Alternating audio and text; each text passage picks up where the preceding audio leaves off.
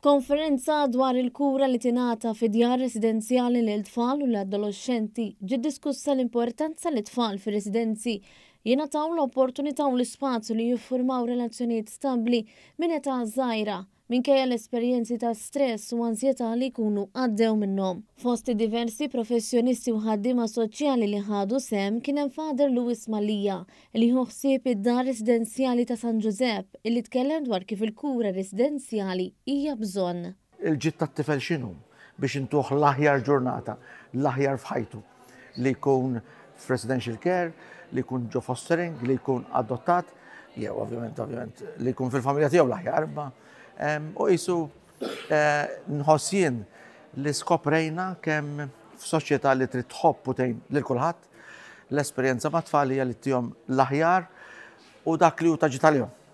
Allura taġi tal-jom jista' jkun ukoll ir-residential care. Il-Gvern Malti mantni madwar 8 djar residenzjali fejn diversi tfal u adolescenti jingħataw attenzjoni u imħabba kif ukoll għandhom spazju fejn jistgħu jiżviluppaw ħilithom sabiex jibnu futur sigur.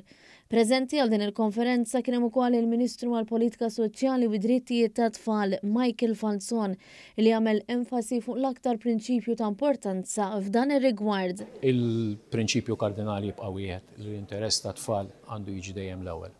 Il-Ministru Falzon spjega li l-Gvern investa 18 miljun euro f'għajnuna diretta lill-organizzazzjonijiet mhux governattivi u tal-Knisja li amministraw numru ta' djar residenzjali.